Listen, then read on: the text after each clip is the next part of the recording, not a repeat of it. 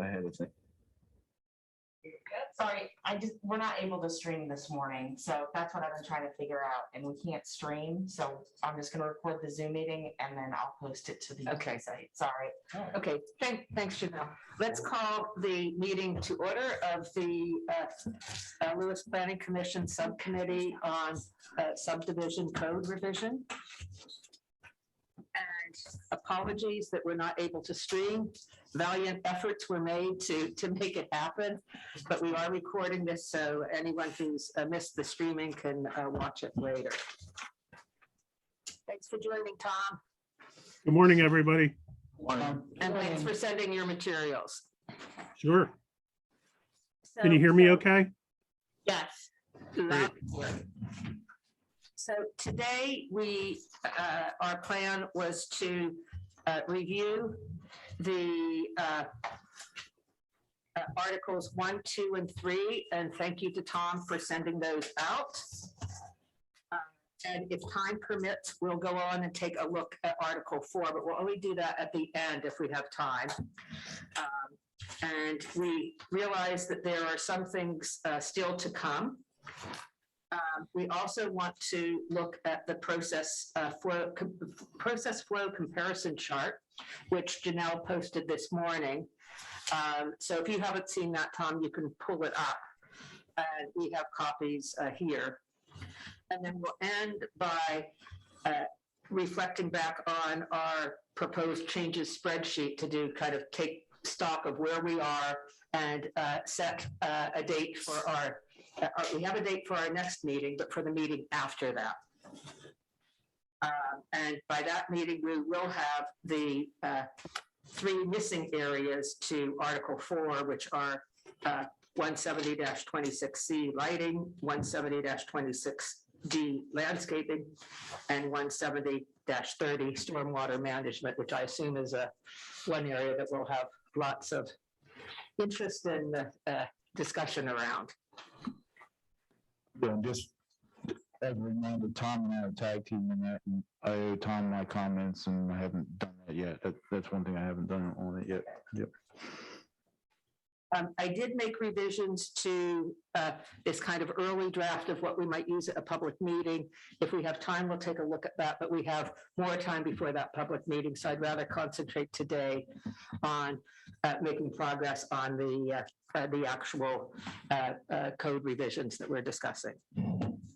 So why don't we start at Article 1? And we've been through this before.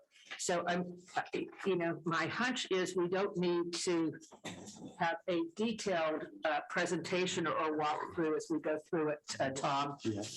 And I wonder if we should just focus on, first of all, has everyone read the new version and come prepared with any other comments they have? I have not, because I'm not sure that I have it. Sending it now. Okay, thanks. Do you need it? That's how I got it. Okay. I got Tom's version from last night. Glenn, I think I sent it to an email. So if you got an email from me, it should be an attachment. It's an attachment to Tom's. Yeah, I don't see an email from you, Tom. Really? You sent it, but Yeah. it's in the load of the Got Janelle. it. Thanks. I just got it from Janelle. Thank you. And I did not bring my laptop. Sorry, Janelle. Do you want to look at this copy with me? Yeah, it's fine. Because I've already marked the comments I have marked. So Okay. you. Yeah, Tom, definitely on the email. So I'm sorry. I didn't see it. We're going to make copies. Okay. While we're doing that, maybe we can look at.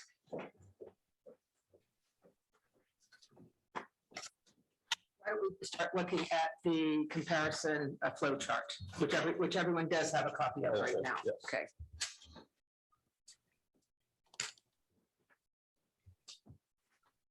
So the top one is the current flow of things, and the second one is the revised. And I guess the key thing is we will still have 2 public meetings that must occur.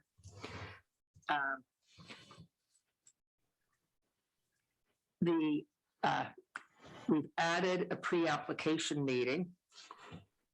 We've changed the preliminary consent to say preliminary review. Added that pre-application meeting, which occurs before the application submission. And that we then have a public meeting immediately after the application submission. We make our recommendation. And mayor and city council hold a public meeting. And then we have the submittal of plans to the agencies. So if you look at it on the left, it's funny, when I was looking at it, it looks like we're adding more steps on the left, but we're actually advancing. We've added a step that the pre-application meeting. I believe is it, if the intention with that is to make the other steps flow more easily for applicants, because they will upfront have the information they need, so that we'll try to avoid any misunderstandings of what's required or how the process works. And we're holding the public hearings earlier in the process. Yes. Yes. Then the mayor and city council public hearing is during the preliminary process Yes. as opposed to the way it is now. And they still, when I was looking through the actual, it's funny, it doesn't show it here, and as I was reading the process of the way it's written in Article 1, it looks like the mayor and city council, after the final submission, if they wanted, could have another public meeting. Am I reading that correctly? I'll try to find. Well, they'll have a public hearing. The public hearing happens after preliminary, or I'm sorry, no, they don't. It's just going to staff for review, and staff are submitting their comments to council. They do need to obtain final approval at a meeting for that. Let me go back and double check too. I'm just looking in here because I thought. So that's at final plan, which is in 17020.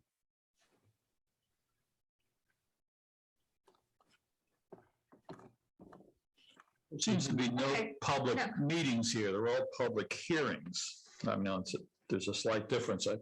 I guess it's the developer's dog and pony show that's the public hearing. But is planning commission doing any just generic public meetings for the all hearings? I suppose when they're making the LPC recommendation, I mean, that would be after a public hearing, they probably have just a public meeting to make their decision, right? And then they'd be able So in to- the yeah, go ahead, Glenn. I'm sorry. If I look at page 21 of what you sent out, Tom, of the revised articles. Right, that's what I'm looking at too. And I look at 170-20 B as in boy.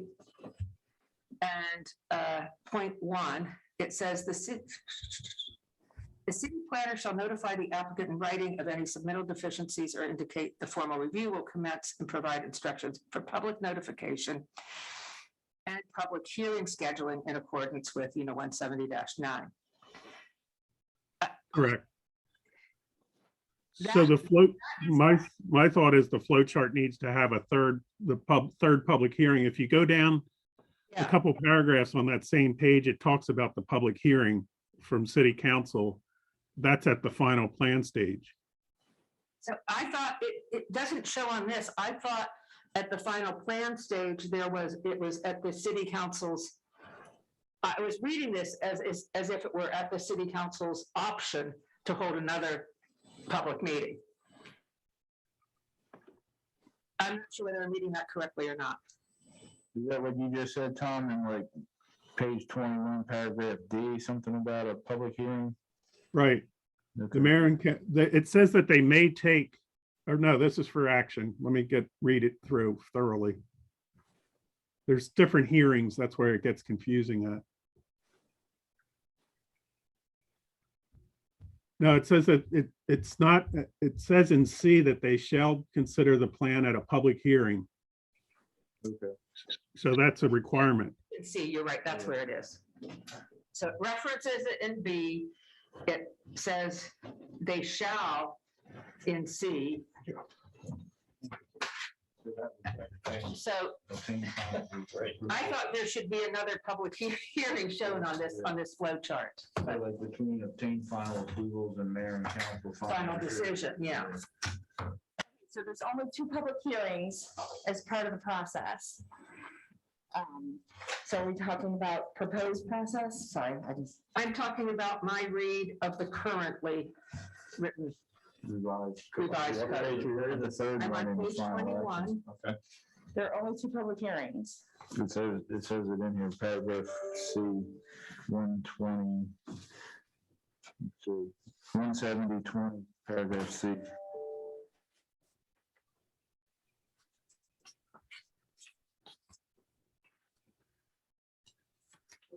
60 days of receiving the second staff report on the major subdivision submittal, and this is under the final major subdivision review. It shouldn't be a public hearing. It just goes back to mayor and council for their consideration. It does say public hearing. We need to fix that, Tom, because there's only 2 public hearings as part of the revised process. One at the planning commission, one at mayor and council, and then it goes back to mayor and council for final, but that's not a public hearing.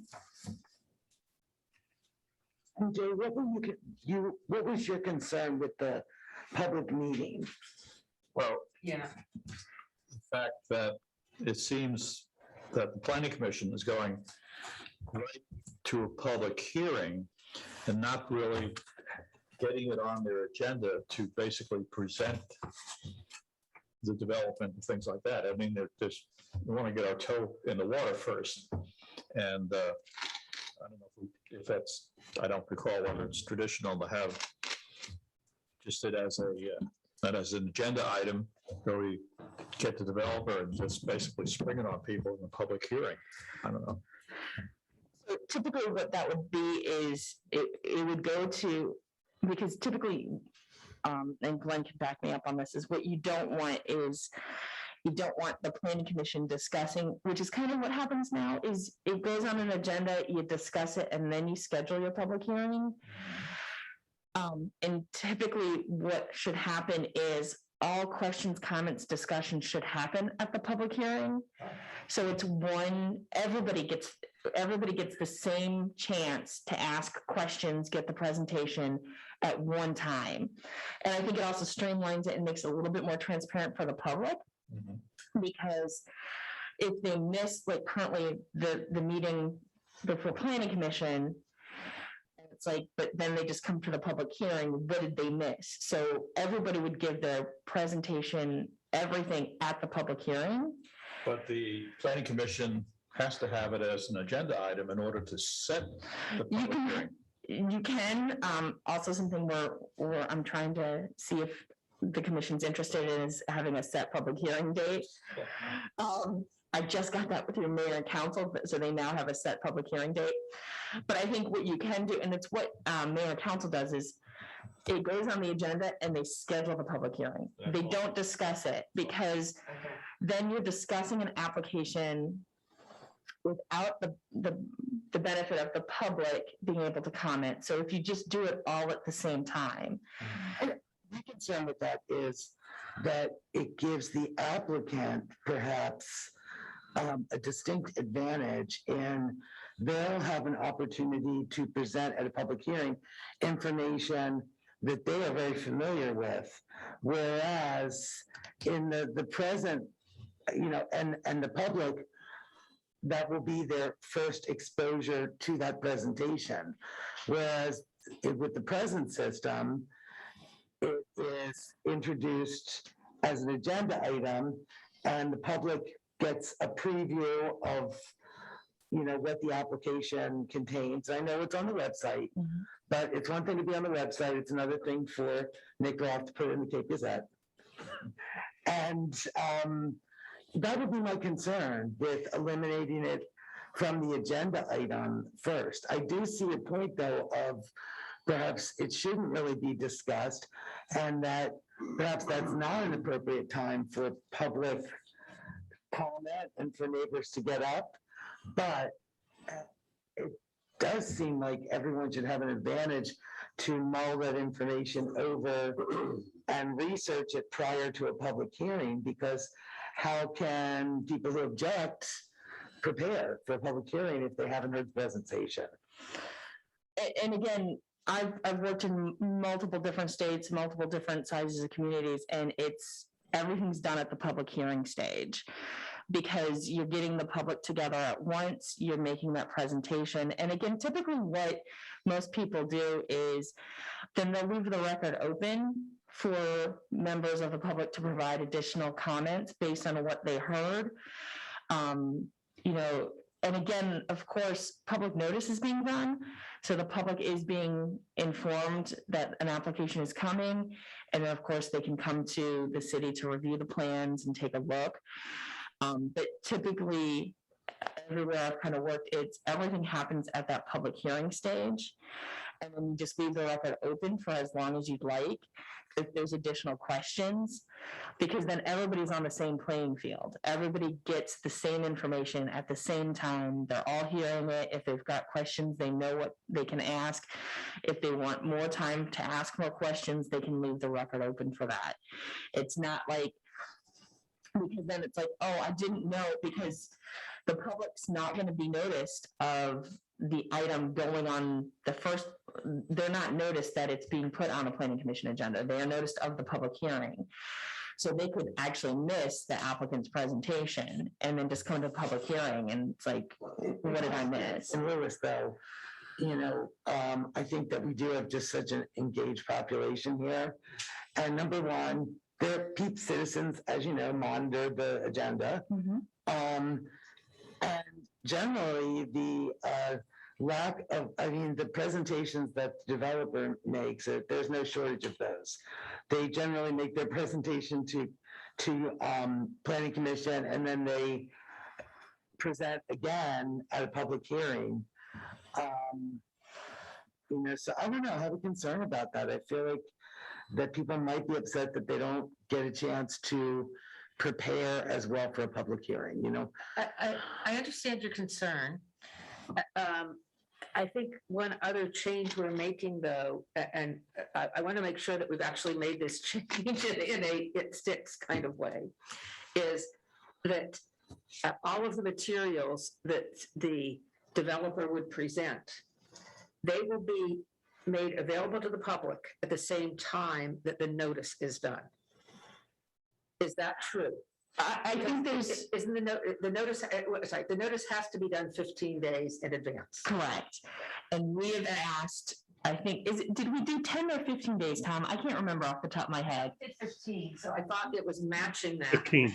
Okay. Because I think, one of the issues I see, Deborah, is that it's noticed and you don't have any materials, or you have just some materials available. And then at the 11th hour, people show up with new information. And in fairness, the public would feel caught off guard because they don't have the time to research it, to, validate things, et cetera. So this way, because they will have all of the information, they should be able to come to that first public meeting with questions, with their concerns, with information that they want to share. And then, of course, there's always the second public meeting also. Which is obviously for the mayor and city council, but at that point, the LPC has already made their recommendation or conditions. And, does it leave us adequate time to really hear all the concerns on both sides and to have proper engagement? I like the idea, because the record is left open, that you have a chance to actually get in writing what people are saying. Because sometimes, quite frankly, the oral presentations, it's not always clear what, on both sides, what's being said. And I think when people have to commit to writing, it kind of focuses their thinking more. And if we're talking about this process too, this is a hot potato, but I'm gonna bring it up. Many public hearings that we've seen here in Lewis, what we see is a practice that the developers will get up and have a very long presentation at the county scene. And people kind of feel beaten down by the end of that. Just perhaps limiting so that the public has public access. I don't know, that I think- doing time restraints somehow. That would, I think, be something that you'd have to look at in your bylaws, or you could make, because the planning commission actually has done that to both sides, in a recent application. It's like, you get 20 minutes, you get 20 minutes, and then we're gonna hear from the public. Typically, and the lawyers will tell you, they're trying to make their record, because they have to make the record for legal reasons. But again, that's why we want to get like their exhibit booklet and all their documentation 15 days in advance. So if we have it, it's ready to go. Everybody gets to see it at the same time. Everybody's kind of at the level playing field. But that's something you could consider. I think that's an amendment to the bylaws. Would that be, Glenn? Yeah, I'm just thinking through this a little bit too, though, because I kind of shared, I understand, and I agree with you that that's the way it is typically done, but I shared Deborah's concern that in Lewis, people are going to feel slighted if it's one and done. Exactly. So my question is, have you ever seen it done before? I have not, but have you ever seen a process where you have basically a public meeting that is the opportunity for the developer to say it all, tell their story, put everything on the record, and then say, and that is the record evidence that they've made the record, there it is. Everybody goes home. A week later, 2 weeks later is the public hearing. Developer, you've had your time to put your project out. Now it's the public's turn to comment on it. I've never seen it done that way. And I just know, I hear Deborah and I have said, Absolutely. And I think but it was a different scenario, which is that the Lewis Waterfront Preserve. They held a pre-meeting at the Lewis Public Library. The developer loosely presented plans for what they might be thinking about doing, I guess was the best way we can describe it, some sample plans of other developments, but they were also at that point seeking, Jerry, you gotta help me on this, they were seeking annexation at that point, is that correct? Yeah. Yeah. Yeah. They weren't annexed yet. Yeah. Yeah, You're right. and Yeah. so that was an example of where the developer chose to hold the meeting. They rented the room out at the library. And I personally feel we need to think about what would work best for this community. The And the one thing, as long as it's, as long as we're not breaking laws by doing it. I thought that was a great idea that Glenn just made. But I would want to be sure that the presentation that's being made is the public, in a sense, is the public record. Because I am concerned, even with the 15 days, Mhm. it seems to me at times we have things that come in and when you review them, you see things missing. And they may be fairly minor things from a whole zoning or code issue, but sometimes it's the minor things the public may have real concerns over. And then you come to the meeting and they'll say, oh, well, we forgot to put that in, but it'll be in the final, or those kinds of things, which I think leaves the public feeling uneasy. And so The practice of the December, the December last minute application sort of, we've seen that, seen those that they're presented, so the time clock is ticking over at holiday time and when people aren't here. I've certainly seen that one. I don't know how that could I think we just want to have a level playing field be. Yes. so that the developers are treated fairly and so that the public has an opportunity to provide feedback. And, if I can, I wanted to go back to a similar discussion, I think it was 2 meetings ago, about this topic of whether or not to have an initial planning commission meeting prior to the public hearing. And there was discussion, we're revisiting some of the same things about the concerns about getting the information out and people having enough time to review it. And at that point, we discussed, and I think Glenn brought it up, the conceptual plan review step, which allows the developer to come into the planning commission meeting and present their plan, much like I think Deborah's mentioning it happened with the annexation, where the plan was discussed with the planning commission at a meeting, and they were given, then they were provided feedback, and that was before the plans were submitted and before the public hearing. So we started looking at this at the flow chart, and perhaps if that's added in, which would be right after, it would be before application submission in the first column and after the pre-application meeting. It's an optional conceptual plan review where it's an agenda item. The applicant comes in, they give a sketch plan review, the planning commission has discussion, and then they go back. Now, what it's not doing is at least as it's written, or at least as it was discussed a couple meetings ago, is that it is between the applicant and the planning commission, but it is a public meeting.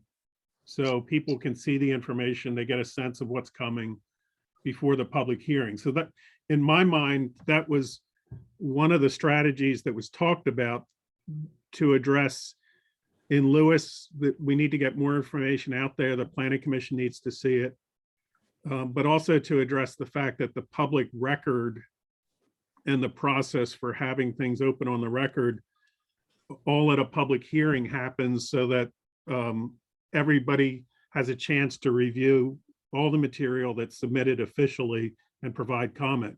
So I'm just wanted to revisit that again as one of the things to, that was considered a couple meetings ago and is actually in the code to address this. Probably should put it here. I think that is optional. Mhm. And we had a lot of discussion about why it should be optional. I think that's helpful, but I don't think it really addresses the point you were raising, Deborah, because that is a kind of high-level conceptual plan. And to a certain degree, the devil is in the details. And I think the public is interested in seeing what the actual plan is and having a chance to respond to that. Could we call it then application preview? Instead of just conceptual, so it wouldn't be scheduled until they actually, have something that looks like an application ready to go. I mean, with regard to your concern, it's the optional part of it that's, because the developer, it's at The optional concerns. their request. And it's coming before the application submission. Yeah, that's addressing two different things. And the concept plan review is for the applicant to get an idea of, am I headed in the right direction? Is the planning commission kind of comfortable with this? So it's more, the public at that point really doesn't have a role. What Deborah is raising is, how does the public become informed so that they can make meaningful comments during a public hearing? And you're not going to probably get enough at the concept review to get to that level of knowledge. To me, the easiest way to do this then is to keep it on the agenda, but at that point, when it's presented on the agenda, as it is now, neighbors all can comment and get up during the planning commission meeting. And do we want to keep that part of it in process? I really don't know. So the one thing I don't think you want to do is, if the applicant's giving a presentation, you can't have the public giving comments, because then you've kind of created a public hearing, which has not been noticed. So I think we get into legal issues with that one. But I think what we could do is kind of do something similar, but change it slightly to how it's kind of done. Is it goes on an agenda, and that's the presentation by the applicant, and then you schedule the public hearing. I really would preview it and understood that I'm comfortable with. Yeah, I would think if we had before the scheduling of the public hearing, if at our LPC meeting, there's, pick an amount of time, a half hour, 45 minutes, whatever we think it takes, that there is a presentation by the developer, no public comment.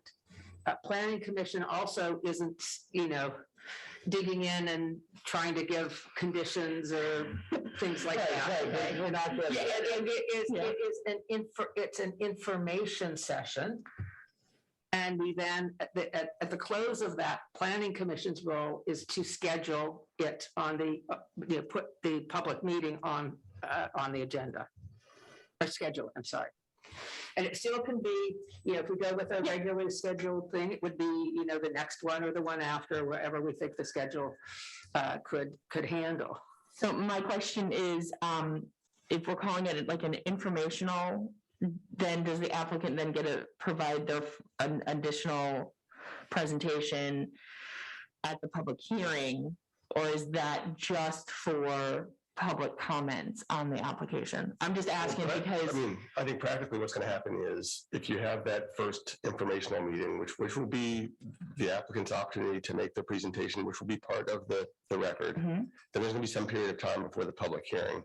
And I guarantee between the presentation and the public hearing, people are going to be submitting written comments and stuff, and the developer is definitely going to want an opportunity to respond to some of that stuff. So I do think that as a matter of fairness, there should be some opportunity for the developer to respond to whatever is submitted. Absolutely. Yes. I do think though, again, with the time constraint, because I have seen this, I'm just going to say this in particular, one attorney who I will not name, does a very long presentation with an elderly community. Starting a little earlier is good, but I have literally been at a public hearing and seen people just frustrated, they leave and they make no comment. And that does not serve any of us. So somehow this cannot be, an opportunity to present, a trial case. In balancing fairness, if we have a session that's a kind of information session, they have a chance to make some revisions after that, then I would expect that limiting the amount of time for a presentation at the actual public meeting Would be fair. is fair. People have had a chance, if you weren't at the meeting, you can view the video of it. You have every chance to do that. And the concentration should be on any changes they've made as opposed to, starting from square one. And Yeah, and that would just go into your bylaws. That's not something that actually goes into the subdivision code. And do you think it should be at the end? So you have the developer, they get to sort of make their opening statement in this separate meeting, right? Then we all go home, we come back, we have a public hearing. And I think at the public hearing, step one is let's hear from the public. The public goes. And then at the end, do you say, okay, because again, I don't want the public to get to the public hearing. The developer take a half hour, an hour, an hour and a half. So Yeah, I think that's all something, that seems fair. I think that's something, they always want to go again after the public's. right, they always want to come back, yeah. They want to read that. So if we just put them at the end, Right. but I think that's something, that goes into how we run a meeting. Yeah, I agree. But yeah. It doesn't have to go in. An opportunity to go at the beginning for those who may have missed it, but just time limited to present the application, not to justify the application, to present the application and not get into the legal precedent of why, somehow it's been available for 15 days out there in the public view, but I think would we have disputes if we did not allow the developer to get up and speak, at least to review the application briefly? Yeah, I think they have to be able, they're gonna, because I think there's just legal standards and legal issues. So if they're giving a presentation at a first meeting and then we schedule the public hearing and then the public gets to speak and then they get to come back and you can time limit them, but they're gonna have to, because again, they have to legally build their record as to why they believe the application should be approved. So there are certain things that they have to go over, but hopefully they're going over that in the presentation at the first meeting. Right. But Deb, is your question though, when you come back for the public hearing, is your question, should the developer have 15 minutes at the beginning of it to say, you may not have been at the hearing where I laid it all out, but here's my 15-minute overview of the plan. We have 62 homes. There's these 3 streets. The stormwater management pond is here.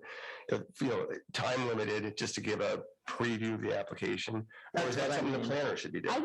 think the staff could do that. I Mhm. think staff could do that and just give like an overview of this is what the application is, this is where, they gave a presentation here, and then this is the time and the place for the public hearing, and the applicant will respond to any questions and comments at the end. Yeah, I like that. I like that idea. And as long Because as it keeps it more neutral. it's after the information meeting, And for, letters, et cetera, have come in, and the developer has made some changes that are very relevant. Those should be, I believe, stated at the beginning of that public meeting. I wouldn't want the public to go through, an hour of comment on something, and the developer gets up at the end, well, actually, we changed that in the, in what we sent to the city. Yeah, and I think I can actually, And because then they're not commenting on whether they agree with the change. They've been commenting on, Is it appropriate though to have changes between the public hearing? I mean, here's my plan. I'm gonna lay it out. This is the plan. And then public hearing, should there be any changes between? I'm hoping not, because That- it should be planning commission is getting a presentation. This is the application. I mean, there might be some tweaks here and there. And then it goes to the public hearing. The public hearing is on that application that has been submitted. And then I think where the tweaks happen is after planning commission makes a recommendation and before it goes to council, they have the opportunity to take all of that into consideration. Because planning commission is going to make a recommendation, they're going to most likely add a bunch of conditions on an application. And then we're going immediately into another public hearing. So, because like right now, it's a year, maybe 2 before you get between your public hearings. So that's why I was like, let's get to, you guys make a recommendation that very next month, it's going planning, mayor council, they're gonna have a public hearing. So, it's still fresh in everybody's mind. And if they need to make any changes, they can make the changes based on the recommendation. But I'd prefer changes not happen in between. Because We that started out doesn't with- give staff a lot of time to review anything. Right, and you start now with the process right now.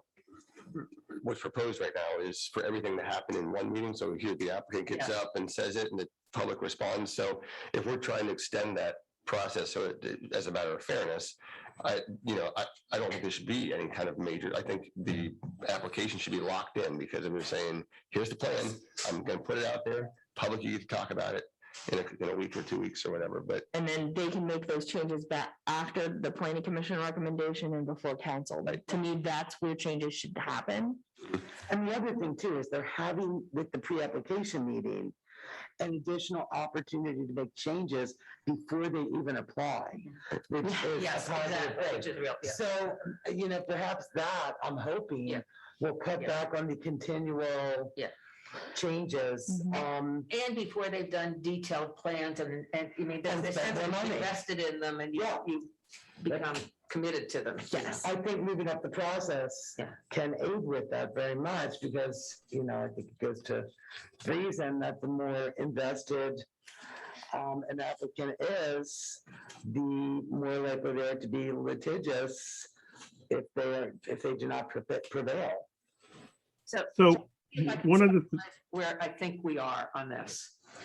And sorry, Tom, did you have a comment before I do that? yeah, I just wanted to mention that some developments, as a practical matter, applicants are updating plans based on comments that they're receiving or are being submitted to the city.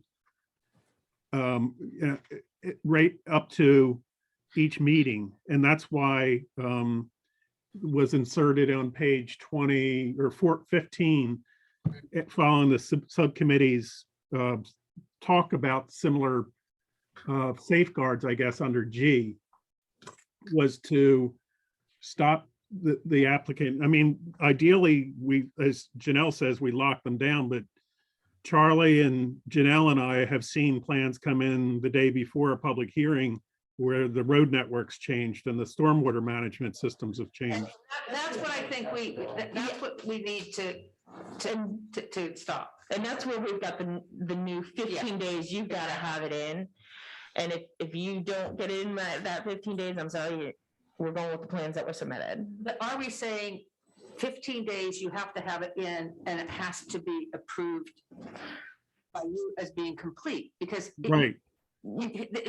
this is my worry, is it's easy to say 15 days, and then you have an incomplete plan that people are commenting on, and the response from the developer is. Don't say approved, just say reviewed. Yeah, Reviewed by. reviewed, okay, reviewed. Yes. So Reviewed as being, yeah. I would like the word complete to be taken out of this completely.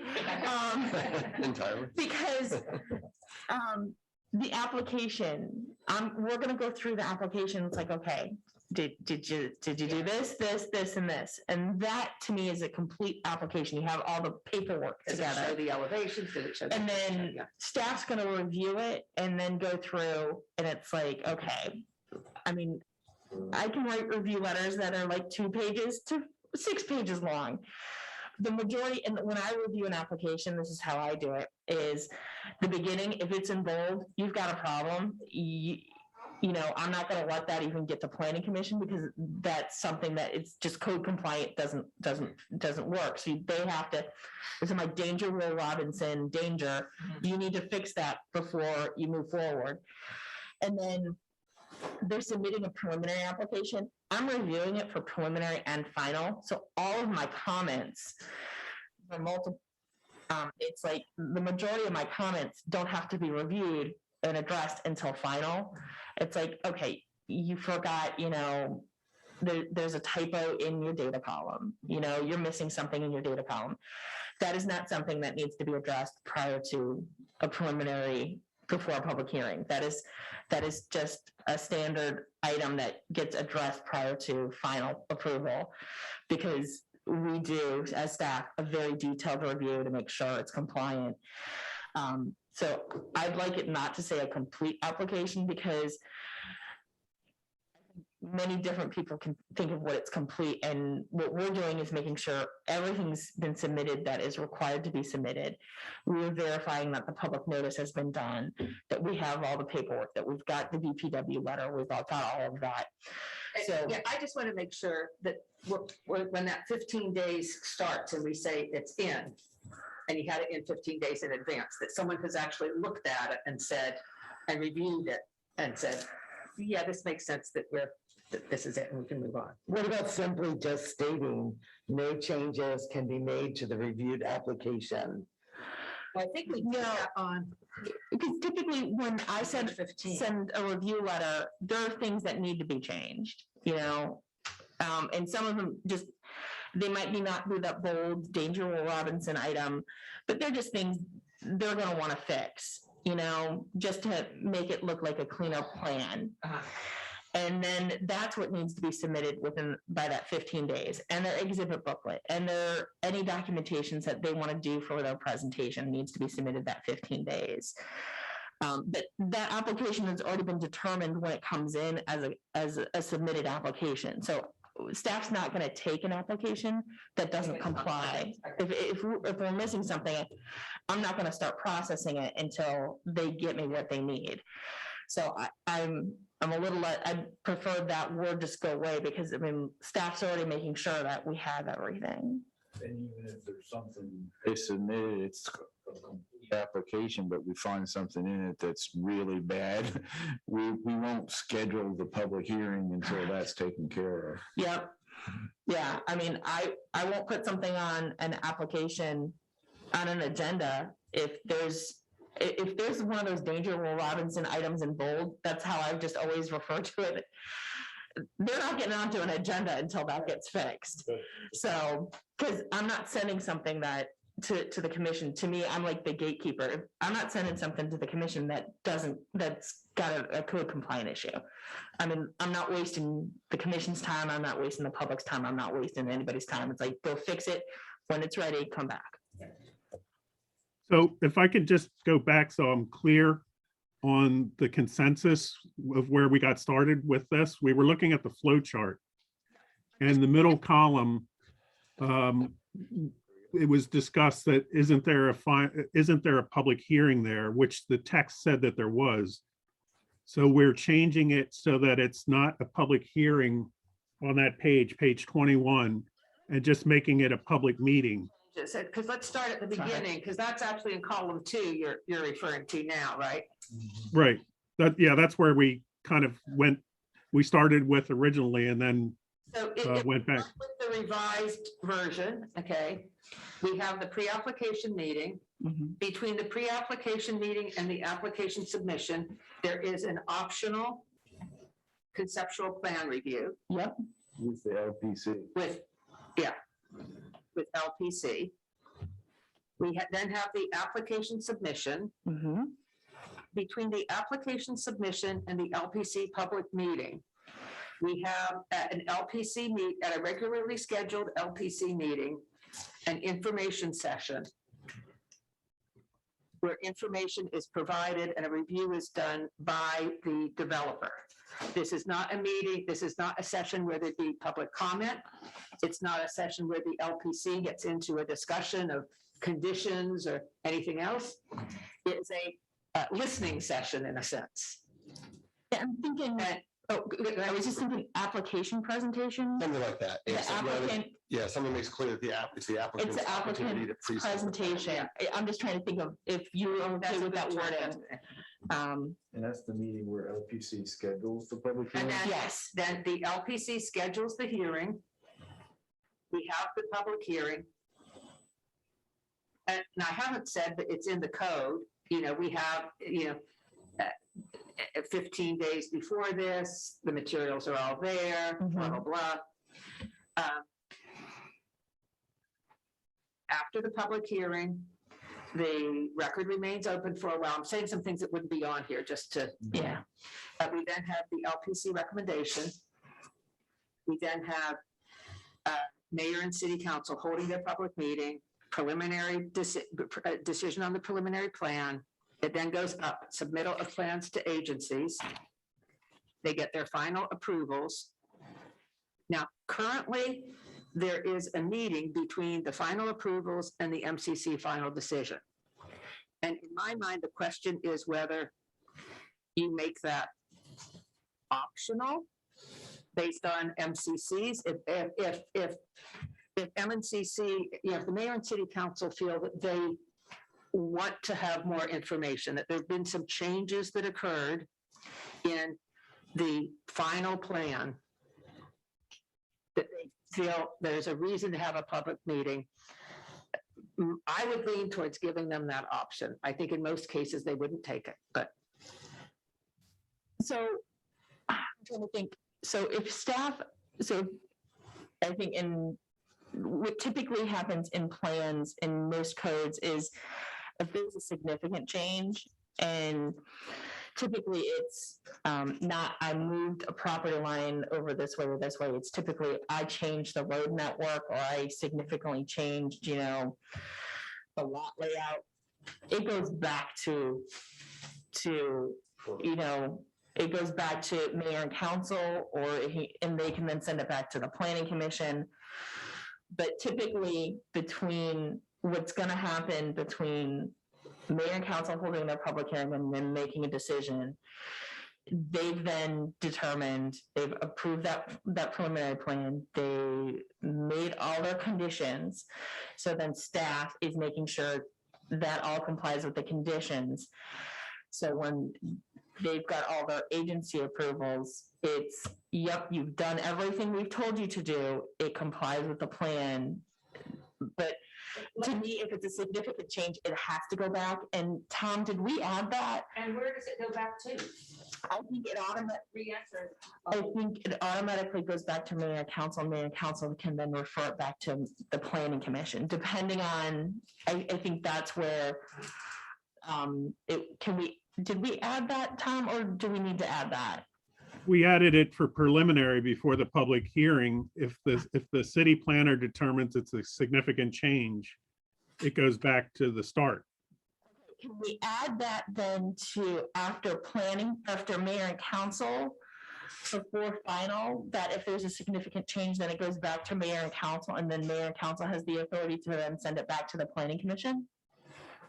Okay, let me just review it. So One of the problems. let me see what's already in there. It's a little bit detailed. Other agency approvals. So if you make a significant change or a request at a public hearing makes a significant change, then they got to go all the way, they may have to go all the way through the agency approval I know. process again. Which there shouldn't be. What should happen is they get preliminary, they make their changes, and then there shouldn't be any significant changes. It's rare to make that many significant changes. It's very rare. I'm just gonna tell you, from doing this for a very long time, it's very rare. No, it's the rare situations that cause the biggest problem. Correct. So I think if we have something in the code, in the preliminary process, and then in the final process, if there's something that's like, whoa, where did that come from? I think then there's a safeguard in the code. So Janelle, to answer your question, the code originally said at mayor and council action, one of the things that they could have done, approve, deny, or approve with conditions, was to send it back to the planning commission. That's what the current code is. So it could be revised to say, send it back to city staff for review, if that's what your thought process is. So I'm actually thinking that after the preliminary plan before final, that's when your significant change is gonna happen. So what happens is they get their preliminary plan, they start working on it, they send us a check print, which is just a copy that we check to make sure it complies with all the conditions. And that's where we're gonna notice the significant change. And that's where I'd like to throw it back. Mayor and city council may have a different opinion than the LPC has had. And so I think we need some kind of a safety valve here to give them the option of. Yeah, I think we need to add it after, like, it's part of the final plan approval process. If there's significant changes after after mayor and council make that recommendation, if there's significant changes, then staff can send it back to mayor and council, and then mayor and council can make that decision, or then they can refer it back to planning commission. I can work with you and we can find the right spot, Tom. So that's already in there. I mean, if mayor and council approve the plan and then it comes back in with significant changes, staff can send it back to mayor and council. That's already in there. I think what we were talking about was. Flow chart, we should show that. So I just think of the flow chart as the standard process of how we get from A to Z, but in the code, and again, as part of the pre-application meeting, it's like, hey, if you make significant changes, here's the ability to send it back. I think there's a value in having something high level and simple for people to see. Okay. I think because we're making changes, there's probably a need to have a more detailed flow chart. Okay. For people to understand, because if it's not there, they'll say, they won't necessarily be reading every section here and noting what it says. So, All right, I'm updating as we go. okay, great. Or just add an asterisk on the bottom of a flow chart and explain that, and put an asterisk in the Yeah, spot exactly. and say, this might change or something, you know. Yeah, significant changes will result. Yeah, Just a little explanation. Yeah. I like that, thanks. I think that's great, yeah. Okay. Okay, are we done on the flow? Any other comments on the flow charts?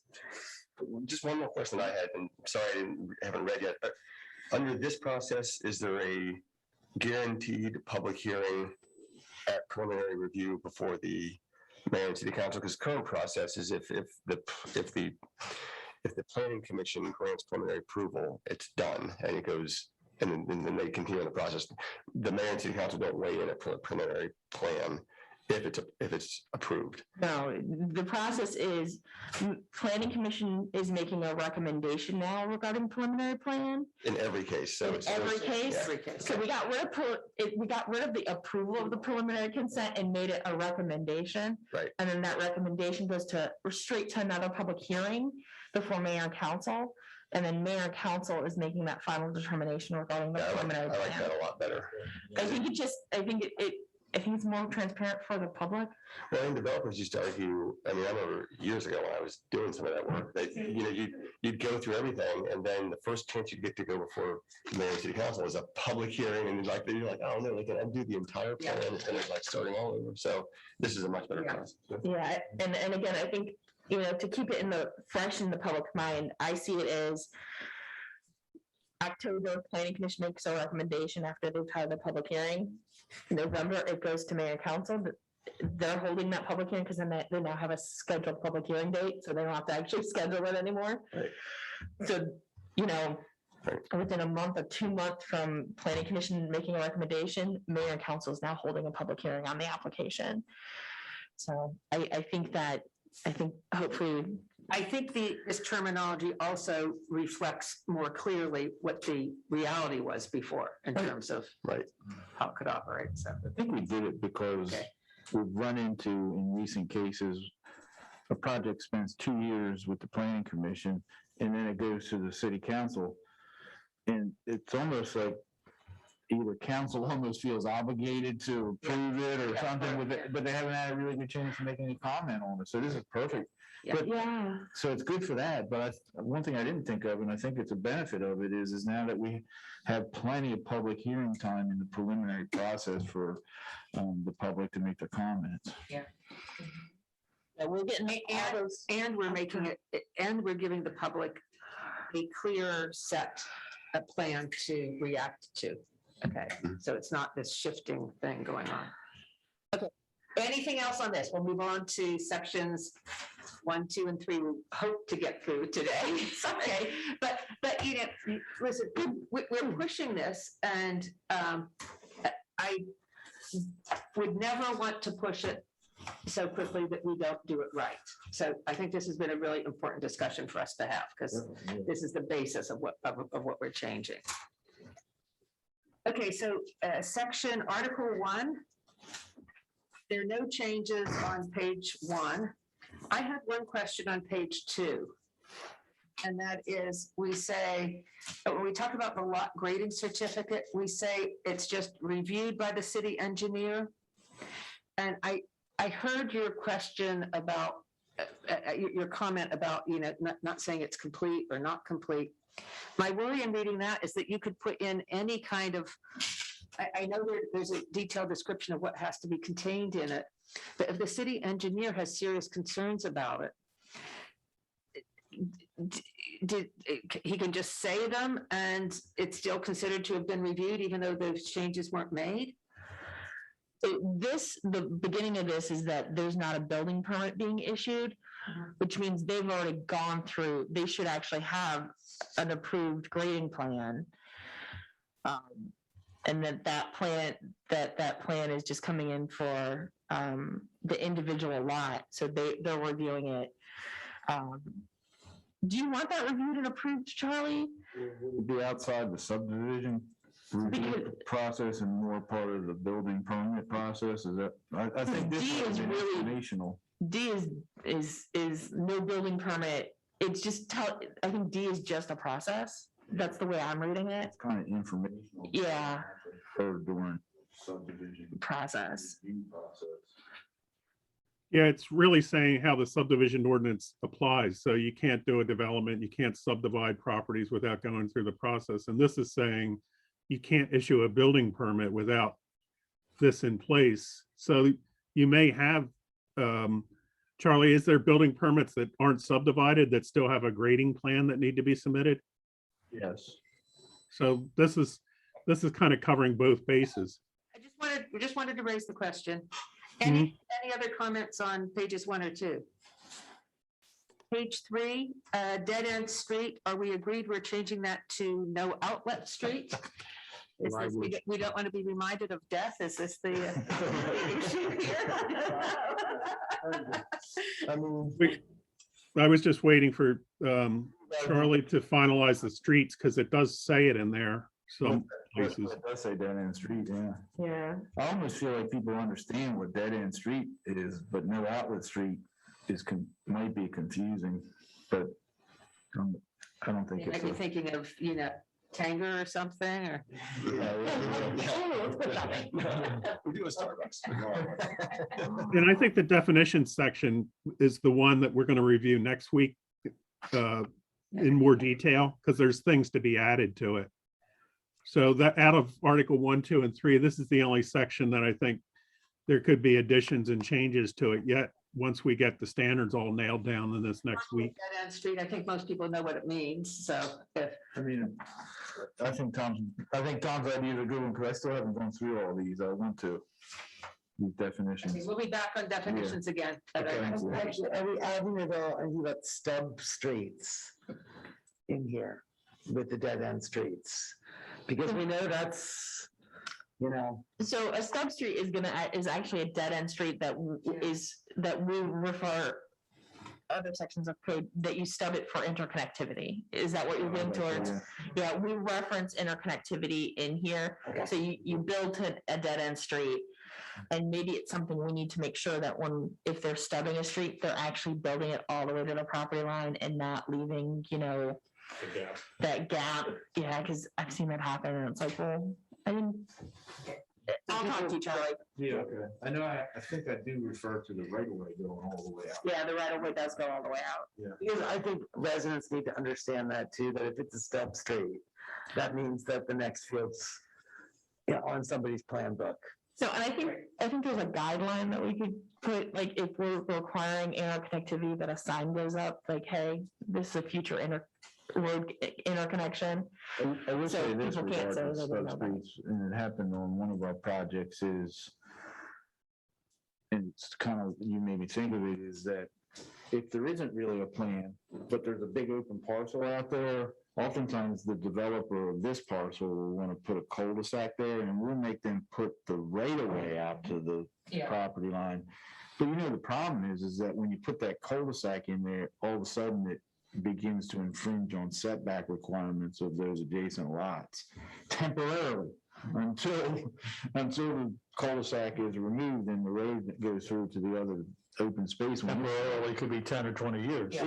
It's a tough situation. Yeah, because then you actually have road in an easement on somebody's property. And Yeah. we've got several of those, Yeah. and I've seen that. So we don't want to get into that today. To add substreet in here As a definition, as a definition or not?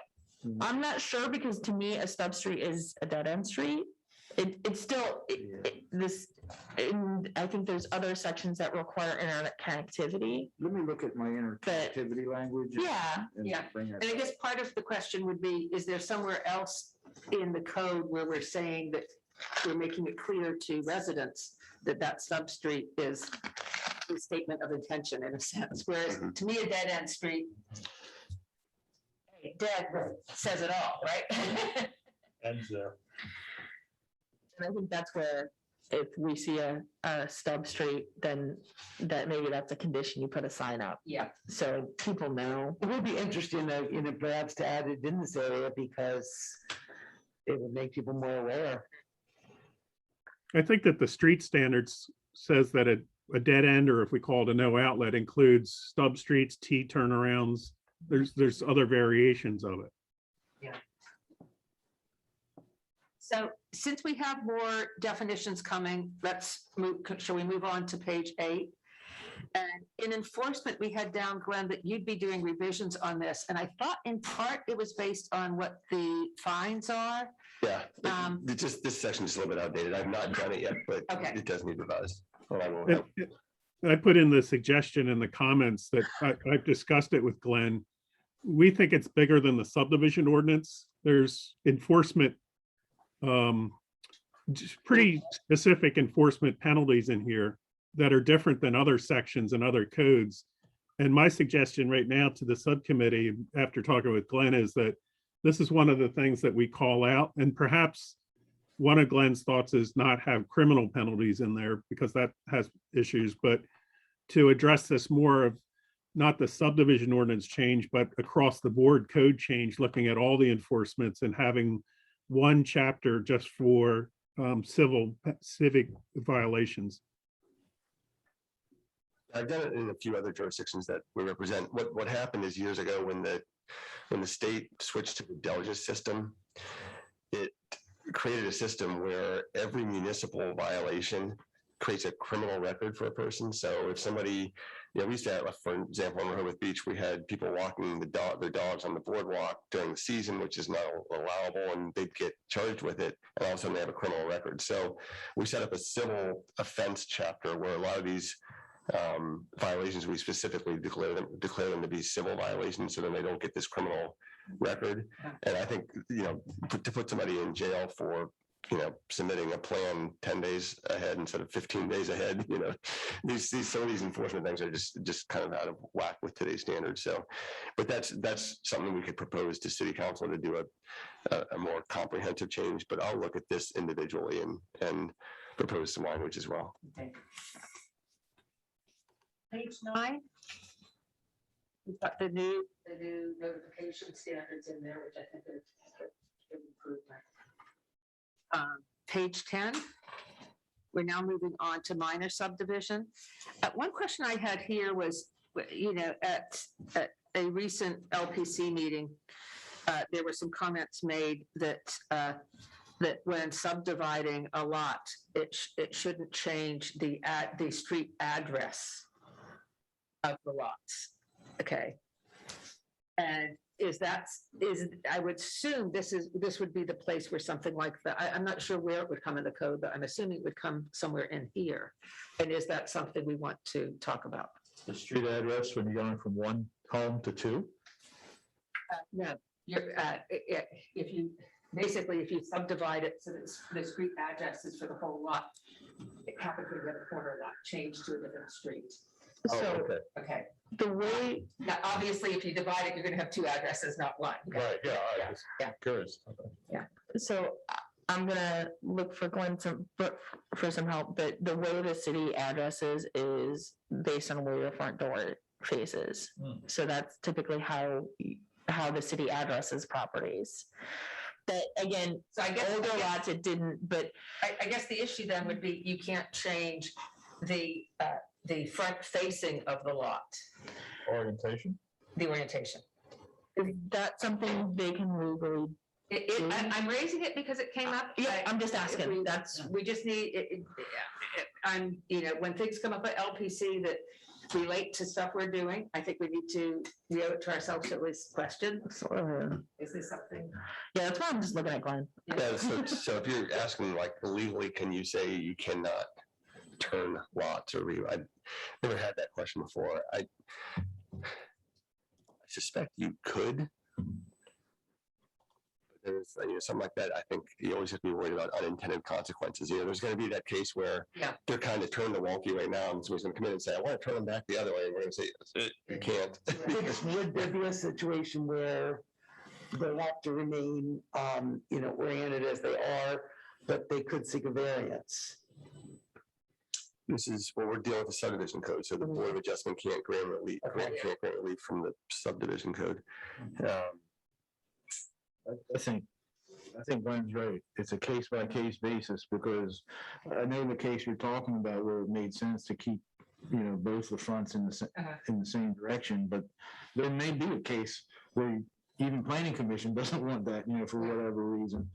So I don't know that you want to set it down in law that it's got to be one particular way. Well, I guess then the question is do we want to give planning commission, do we want to make available this as a consideration or reason that they could make a decision on?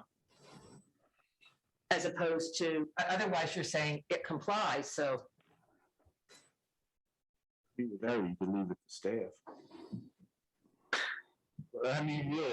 I don't think, so if staff says no, and but it's in compliance, you're back in the same situation aren't you, in terms of appeals. I mean, if something and again, we're just talking minor subdivision, if somebody wants to subdivide, and they make an application, because we just had this, can the planning commission, because an application's been made to go one way, can the planning commission, because I thought you said they couldn't make that determination. They couldn't, because they have to make a decision on what has been submitted.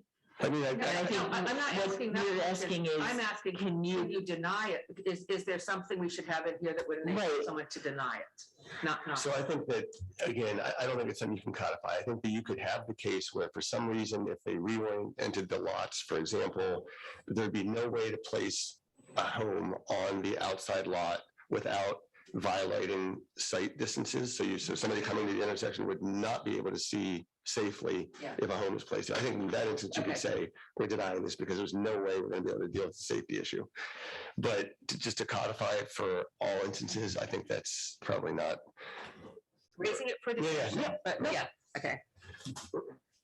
I do think you can do it. I mean, Rehoboth, for example, they did implement a law where somebody subdivided a through, well, they owned the property that went from street to street, so it was 2 lots. They wanted to move the rear lot line so that all the other lot lines were here, and then this one had a tooth, and then the other ones were here. So they implemented a law that said you can't do that. All the rear lot lines have to line up. So when people put fences and stuff, they all line up.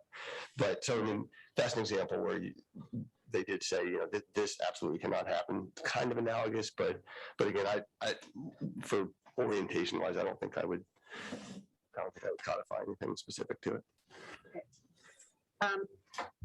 On page 13, when we get to 170-19,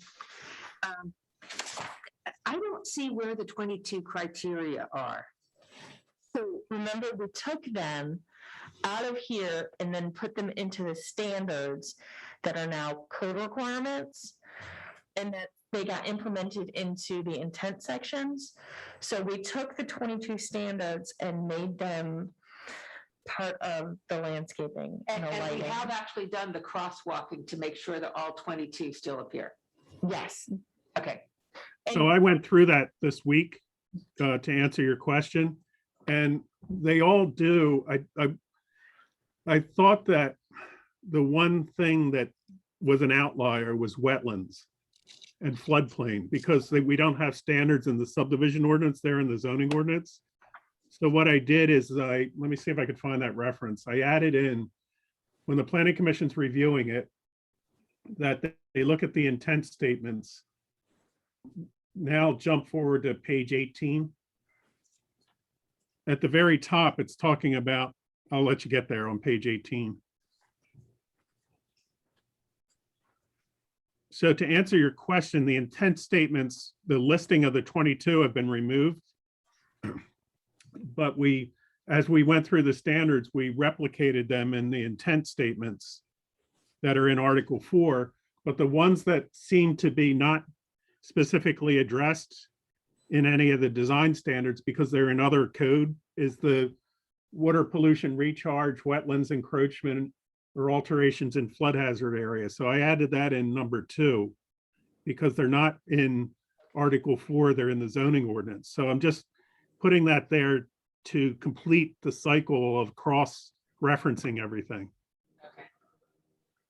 But if there's anything that's missed, let's Because again, the zoning. make sure that all 22 are still accounted for. Just And don't forget, just because if it's not in the zoning code, but it's in the subdivision code, doesn't mean you don't have to do it, because you still have to comply with the zoning code. Any comments on 170-19? This is page 13, 14, 15, and 16, and 17, and 18. It's up to page 15. Look at that, I right? had Tom West have comments. Do I have any? Just formatting. You have a lot of formatting. Yeah. Yeah, and the formatting, if you open it up, hoping you're seeing that it's mostly just the text itself. Yeah. If you click the red line, you're going to see tons of formatting.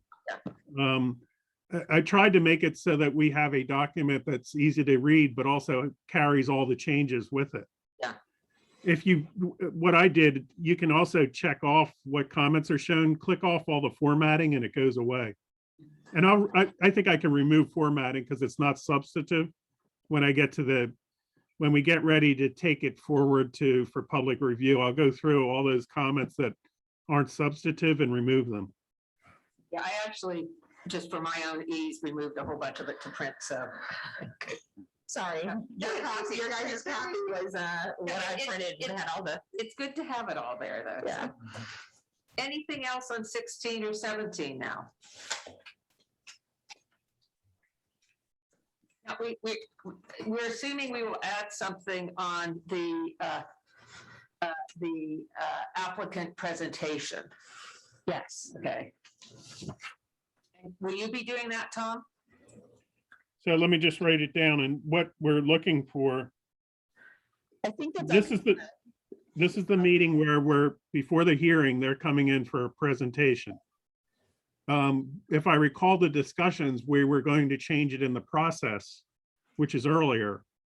But in terms of writing in code, what's presented or what's not presented, I thought that if I heard correctly, that we weren't writing that. It might be in the bylaws or some other way of handling how much time is allotted and things like that.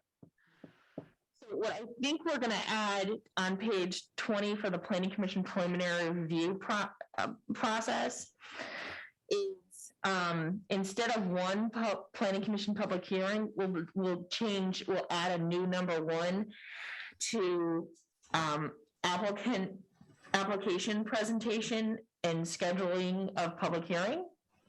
Okay. Application presentation. And this is the time where the applicant would be presenting to the planning commission. And then the next step would be then the public hearing. Not page 20. 17. Page 20, because you'd be backwards. Page 20 is final plan approval. I think you want to do that under. Okay, so maybe my 17. numbers are different. Nancy, this is Because I took the formatting off. not the same. I'm not totally. I'm gotta go walking. on. You're You're honest. totally different number because I took the formatting off. Yes, okay. Okay, yes. Yeah, I'm clear on that part. Yeah. I had written that in my notes already before the public hearing. Talk about it'll be on a public meeting agenda where the applicant can do a presentation to the planning commission. Perfect. But the time allotment and things like that will go in bylaws, not in here. Right. Or, I mean, can't the LPC simply say, yes, yeah, yeah. You have the ability to say, all right, Mr. Glenn Mendelis, I don't want to hear from you for 45 minutes. You got 25 minutes. Go to it. Right. So, Clock is ticking. and Janelle will have her timer on. Useful to cut a mic then, though, so. Yeah, right. Okay, then, on under E, we currently say, the council may consider the application at a public hearing. This is for preliminary plan still? Yes, Yes. and I thought we showed that You have to have we're showing it in our flow chart as you have to have it. So I thought that should be a shall. Am I wrong? I think we go back and fix what's currently the planning commission public hearing is a public hearing shall be held following public notice instead of will be. That automatically says you're gonna hold a public hearing. Which one are you under right now? D1, Yes. I think we changed the will to a shall. Shall. And that clearly states there's a public hearing before planning commission. Okay. And then back to the, E1 also should be a shall, shouldn't it? E1, upon receiving the planning commission's report, the mayor and city council may consider the application in a public hearing. We're saying now that they shall, right? They will. Will and shall aren't equivalent, really? No. It should say shall. It depends on the issue. Shall is always, Shall is strong. yeah. Shall is you have to do it.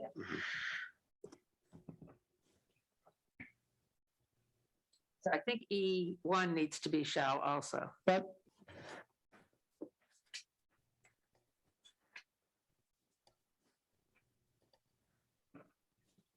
I made the change if everyone's in agreement. Great. Thank you. Anything else on? Before we get to final plan approval, anything else on the preliminary? And Tom, you're gonna add that if there's a, oh, never mind, that's not there. Okay, then my confusion was on 170-20C. We say mayor. Is in Charlie? C is in Charlie, yes, sorry. Mayor and city council review within 60 days of receiving the second staff report on the major subdivision submittal. The mayor and city council shall consider the plan at a public hearing in accordance with 170-9 notice requirements. Right, and that's the way it is in the current code. We haven't changed it. But now we're saying we should change it Yes, so that it, I think we need to change that to match what our discussion on the right. flow, right? Which is what, May? No, I think it's the whole second staff report. My recollection of the discussions earlier is that once they get the staff report, it's just going on their agenda at a public meeting. Correct. And they can act, so we need to change C and we need to change D, where it says that there's a duly noticed public hearing. So we revise C and D instead of saying a public hearing, that it's just going, when the staff report's available, it would get scheduled on their regular meeting agenda. Yeah, for final review, yes. That's, yeah. Sounds good. C and D. Yeah. Discuss it. Yeah, because I'm not,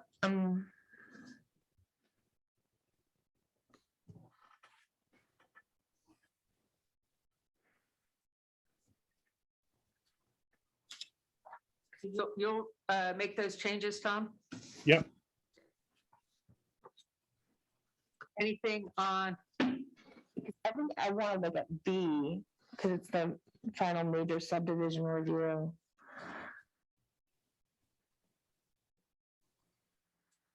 so why don't you, Janelle? I'm gonna, and that's review? really just process between, it's a staff process, a staff review. So We just want to make sure that this matches this and Yep, we're reflecting what we think it should be. yep, thank you. Okay, I got a process question on a particular project after the meeting. Okay. Transparency. Sorry, I just, You just like saying it. yes.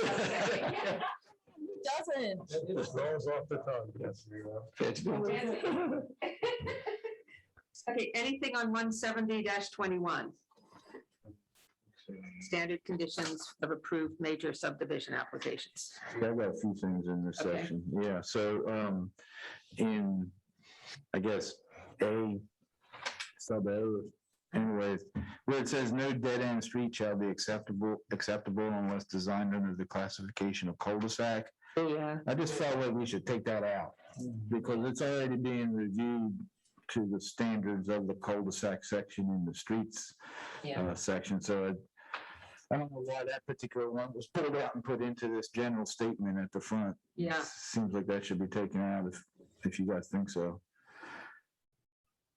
I agree. It makes sense to me. When I was moving down through on B for insurance, and these insurances, these are what are in the code right now, but when we do like a city or board capital project, we have a whole set of insurance requirements that I really feel like should be in here. I feel like this section should be updated, that A, B, and C under insurance. I can provide some language to that effect if you guys are okay with that. Yeah. Okay.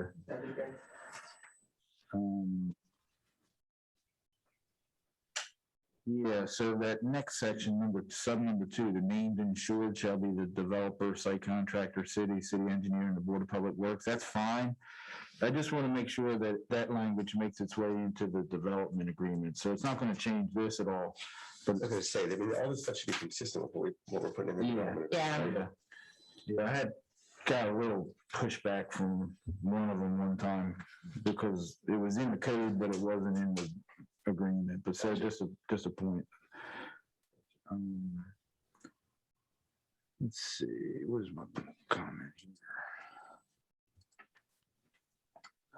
I wanted to add, in paragraph C, after third line improvement construction plan, I wanted to add a sentence in there that says the estimated cost of work shall be submitted by the developer for review and approval by the city BPW engineer.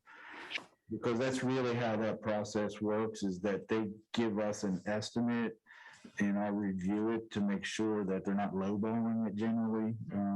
And oftentimes there's things that aren't in there, or we have a discrepancy on a unit price, but we go back and forth 3 or 4 times, up to 3 or 4 times sometimes before we get it right. So I just wanted to make sure the developers were aware that that's the process. Also in that section C, I think that's one of the areas we need. It says for work to be performed pursuant to a subdivision site plan and improvement construction plan. We might also want to include site development plan. So it's beyond just subdivisions. It's also like the school or the senior center, or, you know, any other building that's not a subdivision, but we still want to get, or, you know, correct me if I'm wrong, that we would still want to get estimates and will these apply to it? That's a good idea, I think. Yeah. Yeah. I think we're all in agreement on that. Do you want that to be from a must to a shall?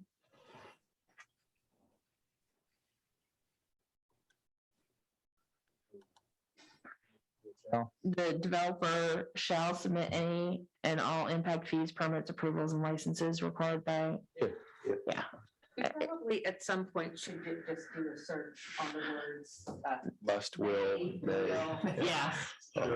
Good, and to make sure we're using the exact word we want, yeah. I had another comment on that, the specific to impact fees, because recently that's changed. I think that the impact fees are being collected at the time that the Building permit?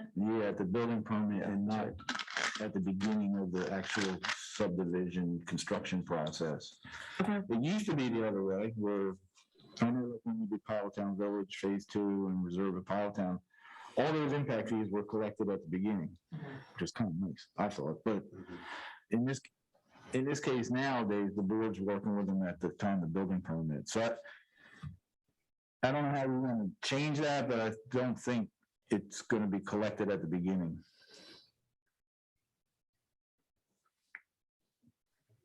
Maybe like a sub.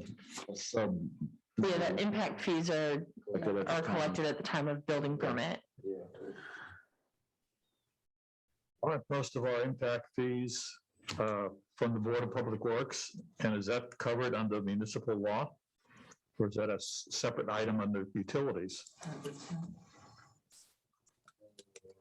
You say municipal, Under D, Oh, the really? developer must submit all federal, state, county, or municipal law. But does that cover utility company like our DPW?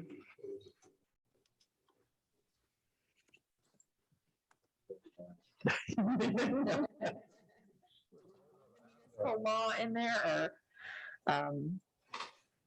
other appropriate agency. Local ordinances or something? I don't think the city has impact fees, do they? Not separate from BPW. Yeah. So if we don't, then do we just take out the impact fees? Because that is then technically, I don't think we can put BPW policy into our zoning or subdivision code, correct? Right. So we just take impact fees out. Because they have, I mean, Is that fair to the developer though? They don't know what the timing is for the payment of the impact fees. Not up to us, it's up to BPW. Yeah, I think it does come up through like pre-application meetings all the time, yeah, so we can leave it at that, I think. or we just take it out and add like the sub bullet, like impact fees are due at time of building permit. Or say others. We could just say the developer shall submit any and all impact fees, permits, approvals, and licenses required by federal, state, county, or municipal law on a schedule determined by the applicable agencies or something like that. Just, you know. We definitely want the permits, approvals, and licenses before the project starts. We don't want to open that up to any question. The impact fees used to not be a question, but it is now changed to, like I said, it's at the time of the vote. Yeah, but I like Glenn's wording that it's based on the schedule that's determined. So if we've got a schedule going, okay, this is when we need this, and then impact fees get paid at this time frame. Because then if it changes, we don't have to fix this. We just fix the policy. True, good point, yeah.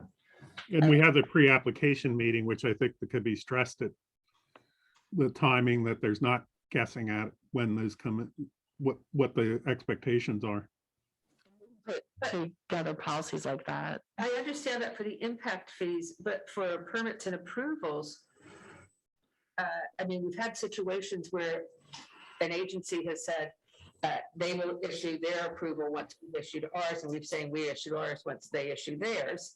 You know, I thought here we were saying that we want to have all of those approvals before we make a decision, that they need to have all those approvals first. Are we opening the door that we'd be forced into making decisions before they've actually gotten the approval? We're not making any decisions. This is instructions. Right. Yeah. This is after approval, and now this is just staff. But are we going to let them begin construction before they have approval? Absolutely. Because mayor and council won't be able to approve it without the approvals. If you say for permits and approvals on the schedule determined by the other agency, aren't you giving that agency the power to say?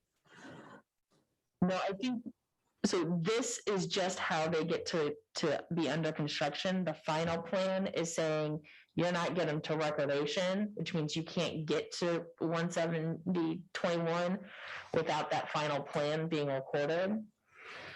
So you've already got to have all your agency approvals. It's just saying, hey, where are your state licenses, business licenses, where is your county building permit, you know, and then, I mean, do you have your SCD?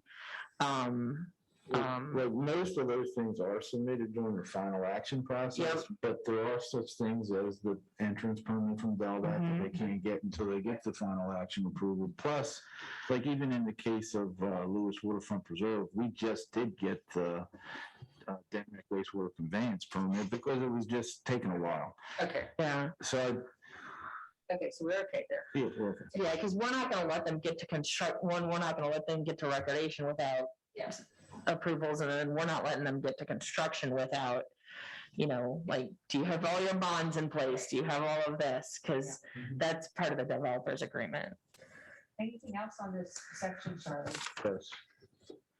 So under cost G1, all stormwater management system facilities and appurtenances and all electrical utilities and utility requirements. So I was just thinking that since we have a specific section that's entitled other utilities, that after and we could put other, so and other utility requirements and appurtenances shall be borne by the developer, because that other talks about like cable TV, telephone, natural gas. So we just need to make sure that the project's done and is completely done. Charlie, could you send me those revisions? Just so, Yeah, there's a lot of details and the meeting may not be streamed. definitely going We to. are recording now. Yeah, I just did it last night, so I didn't want to muddy the waters. No, that's fine. Yeah. Yeah, we want to talk about it today. That's good. So then at the end of that G1, where it's talking about the developer shall be required to pay for all of the costs of extending the applicable services to the subdivision and to pay for all the off-site extensions. I wanted to add after that, or at least talk about it, wording that says, and all downstream utility upgrades necessitated by the development. So pay for all the off-site extensions, which means they have to pay to get to the Board of Public Works utilities that are current. Yeah. But also, oftentimes with these developments, there's downstream upgrades that are necessary. So I just want to put that in there so that they're aware that they're, once we review it and find out, when we run it through our models for the water system, the sewer system, whatever, there may be some downstream upgrades that they're responsible for. And should this say BPW and not just the city? Because I don't think the city has any sewer mains. Yeah, that should definitely. BPW. W sewer main, W water main, W storm, W electrical service, yeah. I'm back and forth with it because, you know, the argument has been that the city actually owns the utility in BPW, but. Maintains it. So well, we can just add city BPW, so it's covered, or just leave it? We'll just leave it. Either way, I mean, it's gonna go before city council if they want to mess with that word. I mean, everybody's living in peace right now, so let's just keep it. Let's just. Okay, so we're not touching that one, Tom. Okay, I'm sorry, guys, I have to leave a little bit early.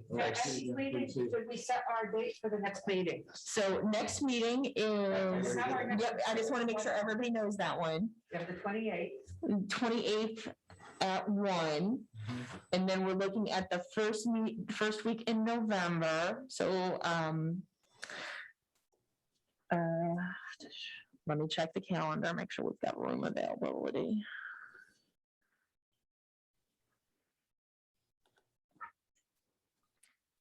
You guys start throwing out some times and, This is the first week in November? yep. Tuesday's a no-go.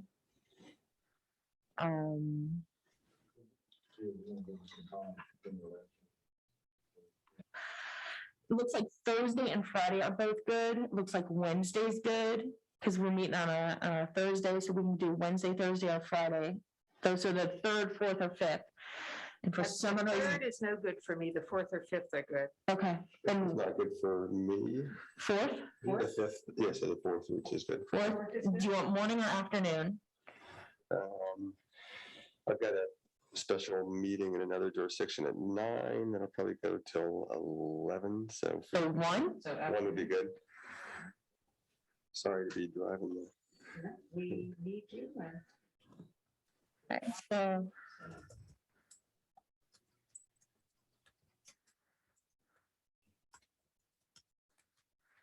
So I've got Thursday, November 4th at 1 o'clock. I'm available then. Perfect. And can we make that a 2-hour meeting? Yes. If we agree with next Thursday's meeting is also a 2-hour meeting, is that correct? Let me get back to that one because I think there was some There's a problem with that one. yes. I even had it. Yeah, Yeah, I have that one as an hour for some other There's reason. some kind of conflict with being able to do it. And I have to go back. Yeah, that one's only an hour because the city has a meeting at 2. So that one is an hour. We're good? Thank you, Ben. Thanks. Okay, we are, So we just got through 1. I did have a comment on 2 where it's talking about the review, inspection, and approval costs. And Tom, I can maybe work with you on this, but I think that we ought to put something in there to guide the developer on how those costs are established. The way that it always used to be is that we would require the developer and their contractor to supply the city board and GMB with a construction schedule. And I always like doing it that way because then the review costs and the inspection costs were based on the schedule submitted by the developer. And they could never really complain about where those numbers came from. But that being said, more recently, in the development agreements, it's gotten to where the city and the board are requiring a $50,000 down payment that's replenished as those review, inspection and approval costs begin to approach 50,000. But I just think we ought to make it clear as to what it is so that everybody knows. I look the other way, although sometimes those costs can be upwards of 150 to 200,000 that the developer has to put up in escrow right from the beginning. Not sure why we're so worried about that, but lately it's been $50,000 increments. That seems like a lot of administration. To track it, yeah, they do a good job with it though. They really do, yeah. Any views on whether that should be changed? I think whatever's predictable is helpful because it comes down to, in my experience, it comes down to when can GMB start diving into plans, gets back to that complete application notion that we really need to, at certain stages of the development plan, have it as clear as possible so that the review can move forward and that everybody's on the same page with the costs and how it's going to be proceeding. I guess I don't really care whether it's all collected at one time or if it's done in $50,000 increments. There may be a development where you don't want to collect 50,000 that much, so it could be like a maximum of $50,000 initial increment to be replenished. You want to give us your best thoughts on kind of revising that? And then we have another kick at the can to review it. Yeah, that's a good idea. In H, we just need to take out Sussex County Oh, because they don't have sediment and erosion control. That's not them. And the conservation district's covered by the state. So that's the minor little thing. Charlie, also consider, sorry to go back to 2 again, but my understanding is that a subdivision with extensions and all, the improvement costs are go to BPW, whereas a site plan might be different. It might go to the city. Is that true? Are you talking about paragraph 1 or 2? 2. 2. I believe like a subdivision was pretty clear that whatever the fees were to be paid, it would go to BPW. But site plan was different. I could be wrong though. I think you still have that same case where there could be both city and BPW infrastructure involved, even with the site plan. Okay. I mean, that's another item that, just to put it out there, is that the Board of Public Works has established the contract for the developer to go through only the board for all these costs, rather than to send a separate check to the city and a separate check to the board. They just have to send one check to the board, and then the board and the city work internally to divvy out the board will send their share of the city to the city. And I like that because it makes it far less complicated for everybody all the way down the road. Okay. Yeah. Anything else on? Are we ready for 170-22? Yep. Can you just add city planner, please? Under A, administration? A1 for minor alterations. Okay. Yes. Nancy, I think you talked about a definition for that, minor alterations. I came up with a possibility I can share with you, Tom. Maybe we can talk about it the next time. Okay. Okay. That'd be great. Yeah. At the end of that paragraph 1, I wanted to add, this gets into that whole discussion, but I had added and/or Board of Public Works. Because sometimes rights of ways are transferred to the city, but easements are in the Board of Public Works name. Yeah. That's a good catch. Anything else on 170-22? Yeah. Taking up all your time. Yeah. So paragraph 3, no work shall be performed until the shop drawings and cut sheets are returned to the developer approved. I just found that language a little confusing, so I just revised it until the shop drawings and cut sheets are approved by the city engineer and returned to the developer. Okay.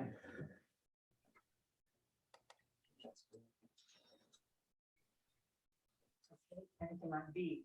Yeah, the developer is responsible for updating the schedule as necessary. I changed that to delete as necessary and to insert on a monthly basis in advance of project progress meetings scheduled by the city engineer. Much more specific. Yes, and that is exactly what we require. C? Under C, I wanted to add, the developer shall provide at least 72 hours notice to the building official, BPW, and city engineer before commencing, and I wanted to add, or recommencing construction. Because sometimes they get Right. delayed and won't start for as much as, a month or 2 or 3. Yeah. And in the past, we don't always get notified like until the day before or something. So I just I do want a time check. We started quite late, so I feel like we haven't gotten our full 2 hours in yet. Are people available to stay until 11:15? I think we'll actually finish before then, but yeah, If we finish a little bit beforehand, because I actually have it at 11 o'clock. okay, that's my last comment. I haven't been through 23 and 24 yet. okay. But maybe that's actually, because then if we go, That helps with the time. So then we go right into Article 4. so Article So- 4, we said we'd wait for Yeah, next week, next meeting. next meeting. Let me just go back to. I made changes to the, I updated the spreadsheet on where we stand, and I'll update that again based on Perfect. this. I don't know that we need to go through that at this meeting. And then I have made changes to the slides, and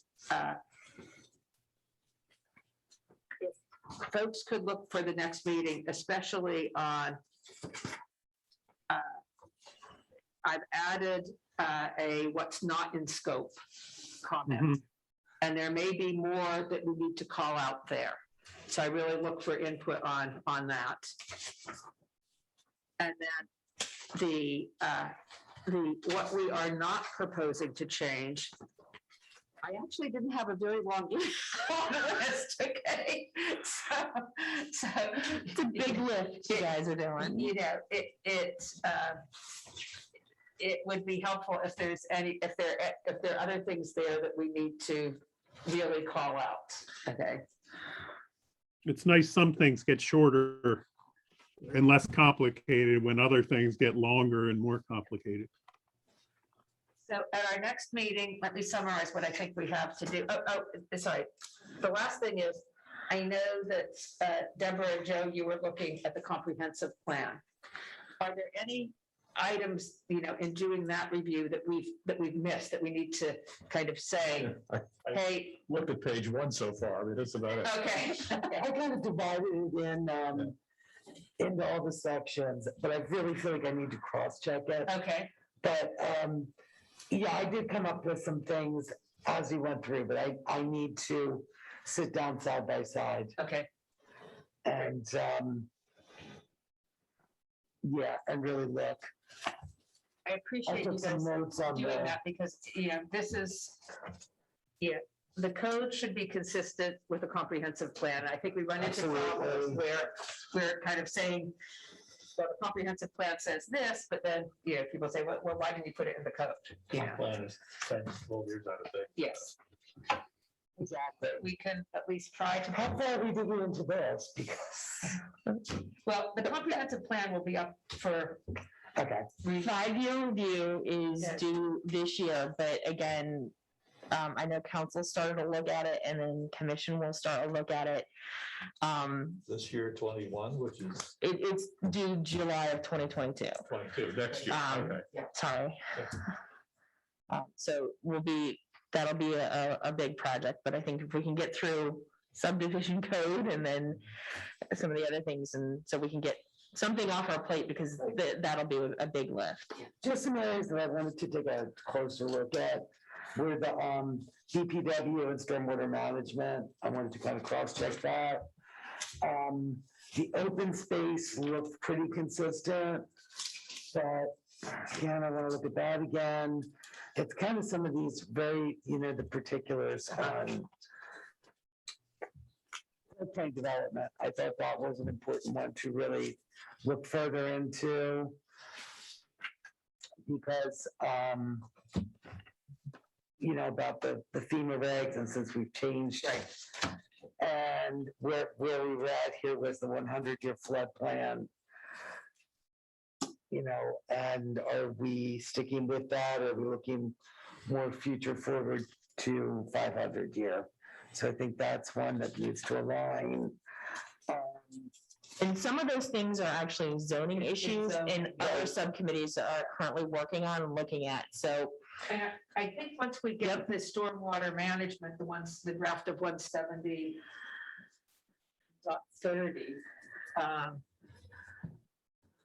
we will need to do, your review of that and the comp plan will help us in terms of making sure it's consistent. But like right now, you don't really have something to look at it against. Right, and I can spend more time on this, but clearly planning docs is probably a cross-check area of importance.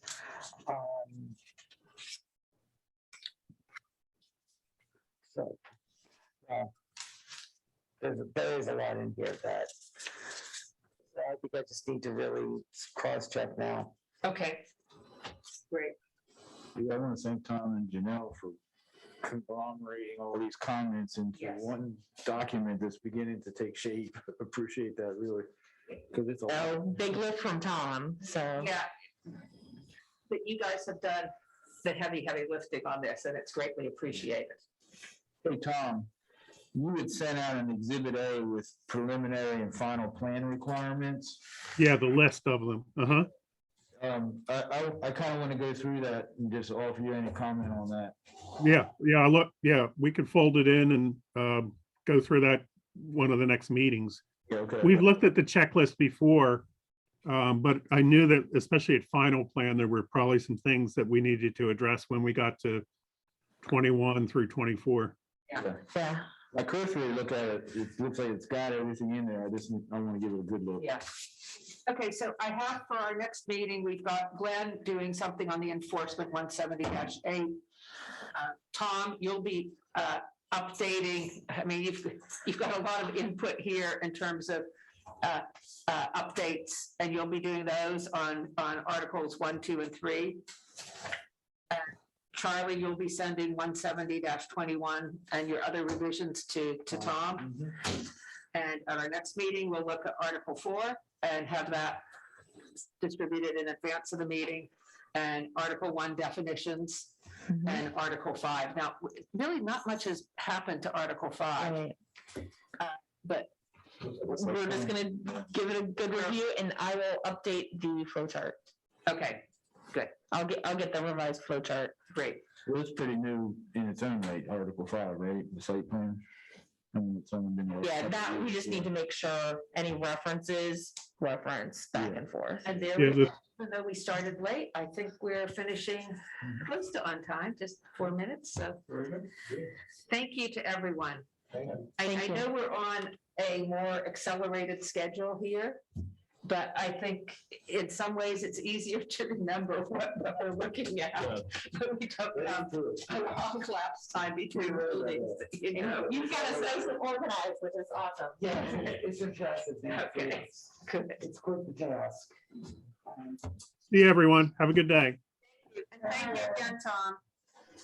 I brought candy, Tom, you missed it. Yeah. I know, Joe. I'm sorry. Do you Save want me a piece. one for you on your behalf, Tom? I'll be right there. I was almost going to go up during the meeting.